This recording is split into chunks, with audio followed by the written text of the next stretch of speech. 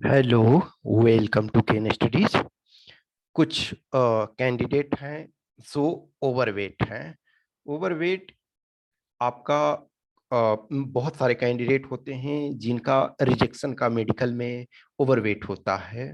Means यदि हम just for example 10 causes लें कि 1 2 3 4 10 कॉजेज ऐसे हैं जिसके कारण मेडिकल में रिजेक्शन हो रहा है, तो ओवरवेट जो है वो एक बहुत बड़ा फैक्टर है। यस, ओवरवेट के कारण जो कैंडिडेट होते हैं उसमें सो री मेडिकल में पास होने वाले का भी परसेंटेज सबसे अधिक होता है। ये बात भी फैक्ट है, क्योंकि ओवरवेट एक ऐसा चीज है जिसको कि कंट्रोल आप कर सकते हो इन एक्सेप्शनल सर्कमस्टांसेस में ही आप से मुश्किल हो पाता है। अदरवाइज जनरली मैंने देखा है कि ऑलमोस्ट 99% जो लोग हैं ये जो समस्या होता है इसको निदान कर लेते हैं।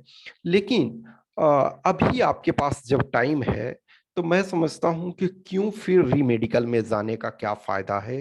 री मेडिकल में यदि आप जाते हो तो पहले आपको फॉर्म भरो, डॉक्टर से आप जाओ कंसल्ट करो, डॉक्टर से आप लिखवा करके लाओ कि yes he is now okay, या फिर he will do the things in just 1 month 2 month whatsoever.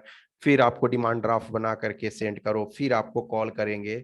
तो इट्स बेटर है कि आप शुरू में ही अभी कर लो। अब ये चार्ट दिया हुआ नेक्स्ट स्लाइड में हम सही से दिखाते हैं, मेल और फीमेल दोनों कैंडिडेट का चार्ट दिखाते हैं कि का आपका आइडियल होना चाहिए। तो ये देखो, जो आपका मेल का हाइट है मिनिमम 165 सेंटीमीटर होना चाहिए, 165। तो हम यहां तक वाले नहीं लेंगे, यहां से नीचे वाले में ही लेंगे, है ना। तो इसमें आप देख लो, और इसमें भी जो मेजोरिटी कैंडिडेट हैं वो इस वाले ग्रुप में कैंडिडेट, मेन कैंडिडेट इस ग्रुप में है, कुछ इसमें भी होते हैं, और एक्सेप्शनल जो आइदर ये में है, रिजर्व कैटेगरी में है, और प्लस आइदर एक सर्विसमैन है, या फिर आप SC ST में से हैं लेकिन सेंट्रल सिविलियन में हो तब आप इसमें आ रहे हो। अदरवाइज जो मैक्सिमम है आपके मेजोरिटी फर्स्ट 2 कॉलम में आ जाते हैं और थर्ड में कुछ कुछ आते हैं। तो ये आप इससे नीचे अब देखोगे, 164 वाला तक है, आप नहीं देखोगे इससे नीचे। तो अब एज भी आपका देखो, हर एज में एज जैसे जैसे थोड़ा होता है तो आपको लिटिल बिट फ्लेक्सिबिलिटी भी मिल रहा। मान के चलो कोई 23 इयर्स एज कंप्लीट कर चुके हैं, जिस समय एक तरह से आप फिजिकल मेडिकल देने जा रहे हो, उस समय सपोज 23 इयर्स आपका एज कंप्लीट आपने कर लिया, तो इसमें क्या है कि आपका और 166 सेंटीमीटर आपकी हाइट, जस्ट आप क्लोज में हो, तो आपको इस रेंज में चाहिए। ये देखो बॉडी वेट जो दिया हुआ है ये एक रेंज में, हर में अच्छा खासा रेंज आपका दिया हुआ है। किसी में आपका 11 दिया हुआ है, किसी में ये इसमें फॉर एग्जांपल आपके 12 दिए हुए हैं। ये सारे में आपके देखोगे, इसमें ये रेंज में देखो 13 का दिया हुआ है। तो 10 से लेकर के आपके 12 13 इसमें देखोगे, इसमें आपका 16 kg का रेंज दिया हुआ है। तो सब में फ्लेक्सिबिलिटी आपको दिया हुआ है। अब इस एज में देखो, इसमें भी बहुत आपको फ्लेक्सिबिलिटी 16 kg का मिला हुआ है। इस हाइट में इसमें देखो 15 kg का फ्लेक्सिबिलिटी मिला हुआ है। तो आपको अपनी हाइट के अनुसार जो इस रेंज में ये आपके आइडियल वेट है। लेकिन किसी का अब 2 kg एक्स्ट्रा है, 3 kg एक्स्ट्रा, अब ये बढ़ता चला जाएगा। आगे हम और चीजों को डिस्कस करेंगे, लेकिन ये आप स्टैंडर्ड चार्ट को देख लो और कोशिश करो। अभी आप कर सकते हो, इजिली कर सकते हो। तो ये कोशिश ये करना है कि आपको इस रेंज में रहना है। मिनिमम आपको चाहिए, इसमें देखो मिनिमम आपको 50 चाहिए। इसमें यदि देखा जाए तो 166 वाले में आपका 49.5 है, लेकिन आपको 50 मिनिमम चाहिए। मेल कैंडिडेट हो तो 50 मिनिमम चाहिए। तो मिनिमम सबको ऑलमोस्ट जो भी फोर्स में जाने के लिए रेडी रहते हैं, तो एक्सेप्शन एक आध ऐसे ही होते होंगे। आई am not knowing any person कि जो कम हो और वो वहां गया हो, सबके अधिक होते हैं लेकिन कम नहीं होते हैं अदरवाइज रेंज में। फिर यदि फीमेल कैंडिडेट हो तो फीमेल का देखो 157 की जरूरत होती है। तो 157 इसका मतलब है कि यहां से आप लोग सेम सिचुएशन है कि मेजोरिटी ऑफ कैंडिडेट जो ये फर्स्ट में, तो इसमें जो अब लेकिन फीमेल का जो आपका दिया हुआ, इसमें देखोगे कि मेल का क्लोज में दिया हुआ था 50 चाहिए तो 49 इसमें, लेकिन इसमें इनका क्या है, फीमेल का 46 मिनिमम चाहिए, लेकिन क्या है 40.5 इस ये में रेंज होता, लेकिन इसमें क्या है, तो इसमें अंडरवेट का समस्या होता है। गर्ल्स में बहुत सारे में अंडरवेट का समस्या होता है due to her food habit. जो किसी का ऐसा है कि फूड हैबिट है कि बहुत कम खाना खाना है, whatsoever I am not going to discuss all those aspects. हम सोशल एस्पेक्ट और ये को नहीं डिस्कस कर रहे हैं, जस्ट हम मेडिकल कंडीशन को ये देख रहे हैं। तो इसमें से आपका मिनिमम चाहिए, जो इसमें से इनफैक्ट ये 168 भी है, तब भी देखो जो मिनिमम इसमें होता है, तो यानी कि इतने वाले भी ये अंडरवेट हो सकते हैं। आपको रेंज ये चाहिए, तो ये रेंज चाहिए। इसमें अब ऐसा नहीं बोलोगे कि हम 40 हैं, तो आपको फिर एक तरह से उसके कारण से देगा कि मिनिमम तो चाहिए आपको 46 चाहिए। अब इस रेंज में यदि कम वाले लोअर रेंज में रहोगे तो आपको वेट गेन करना होगा, यदि ऐसा सिचुएशन है तो। कम भी नहीं होना है, ज्यादा भी नहीं होना है। अंडरवेट भी हो तो टेम्पोरली आपको मान के चलो कि रिजेक्ट किया जाएगा, लेकिन आपको फिर से रिमेडिकल में जाना होगा तो हो जाएगा। बढ़ाना मैं समझता हूं बहुत आसान है, कम करना थोड़ा चैलेंज है। बढ़ाने के लिए क्या है, आप इनटेक एक्स्ट्रा ले लो तो आराम से बढ़ जाएगा। तो ये आपका है। अब देखो, यदि हम देखते हैं कि मोटापा या वेट गेन किस कारण से होता है, तो जो यूएस का हेल्थ डिपार्टमेंट है या फिर रिकॉग्नाइज्ड जो भी हेल्थ डिपार्टमेंट है दुनिया के, उन्होंने कुछ रीजंस दिए हैं। पहली, डाइट। आप डाइट जो है, जितना आप कैलोरी को बर्न कर पा रहे हो उससे ज्यादा कैलोरी ले ले रहे हो, तो वो डाइट।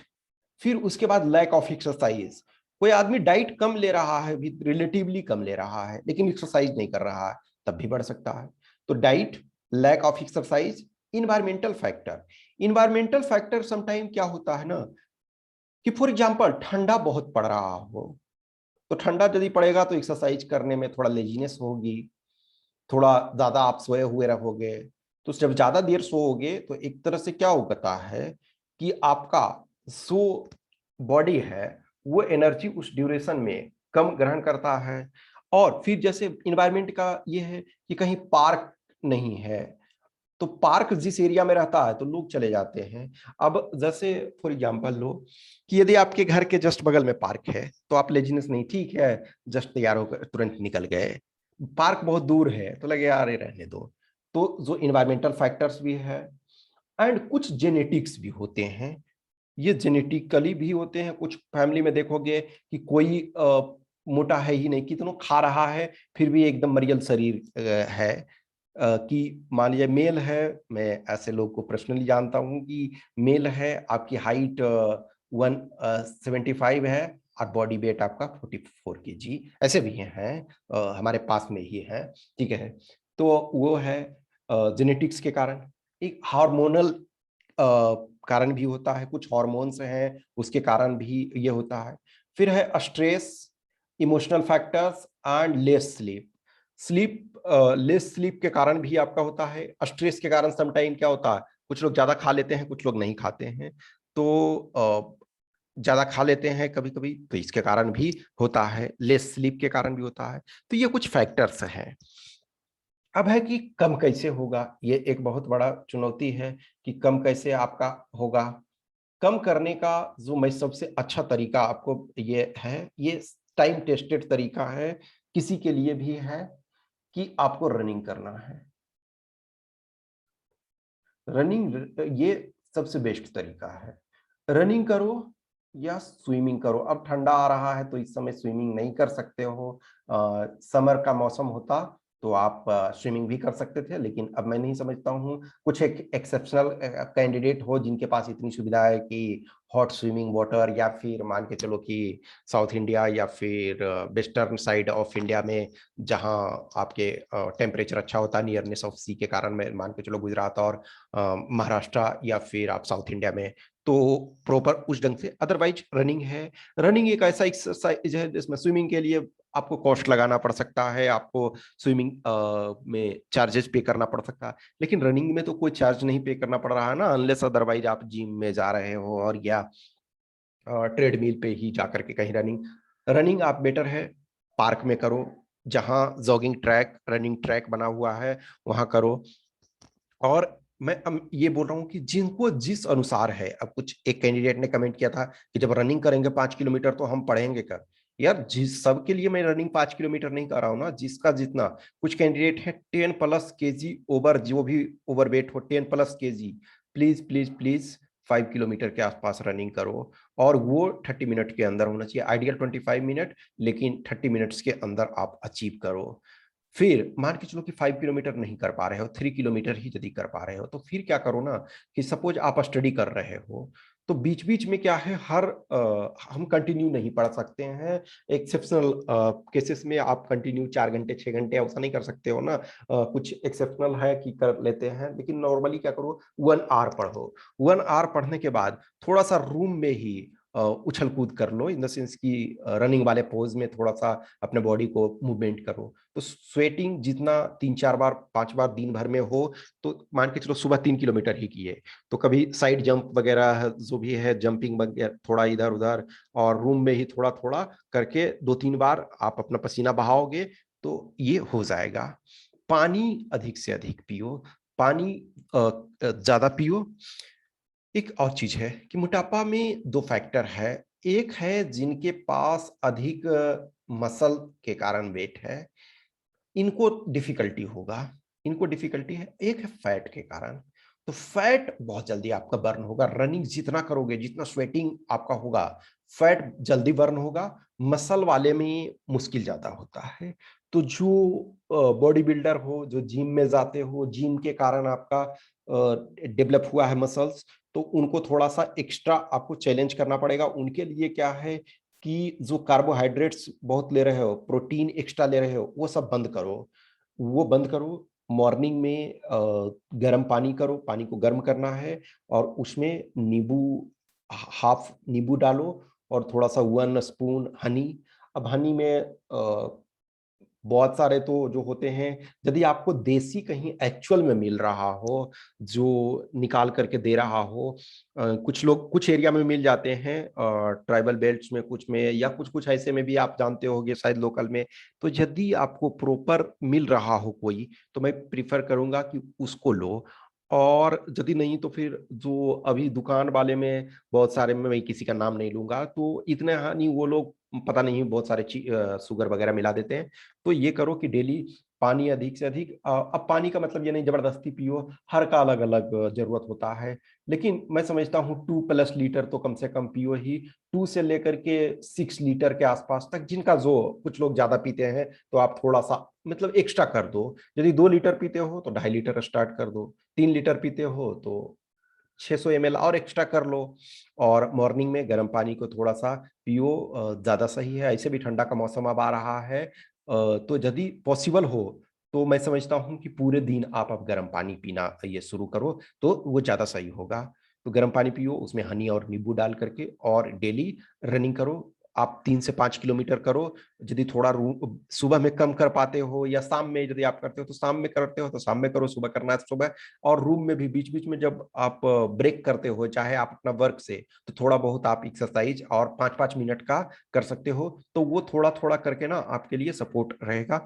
मैं यही चीज कहूंगा कि बेटर है कि मेडिकल वाले में ही क्लियर कर लो, री मेडिकल वाले में फिर क्लियर हो जाएगा, आपको टाइम मिल जाएगा, आप टाइम बाय कर लोगे। लेकिन यदि अभी हो जाता है तो कोई दिक्कत नहीं है।